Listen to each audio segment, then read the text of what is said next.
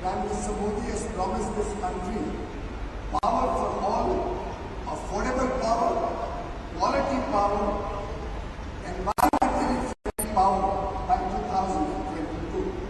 And I would like to reassure the people of India and through all of you, the world at large, that India stands committed to ensuring affordable energy access for every single person in this country in an environmentally friendly manner.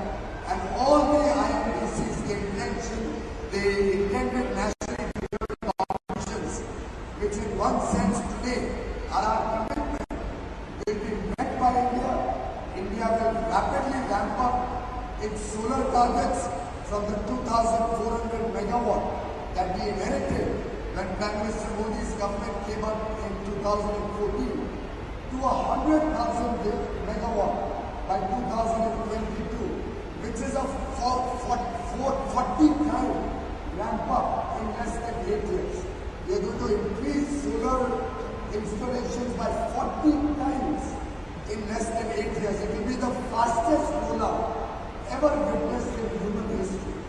Similarly, our renewable energy targets of 175 gigawatts, and if you add the hydro generating capacity which they usually do, other countries include hydro generating capacity above 25 megawatt also.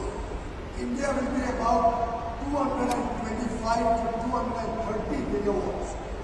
As Prime Minister had said, now India doesn't talk in megawatts. India only talks in gigawatts.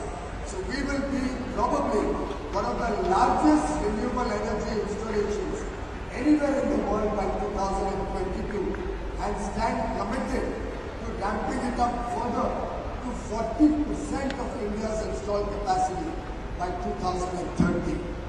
And several initiatives, several programs of the Government of India in partnership with the states are rapidly underway, and we have no doubt in our mind that even in our renewable energy program, Gujarat will continue to show leadership, to show vision, and continue to be the premier and #1 destination for people from across the world to come and invest in Gujarat.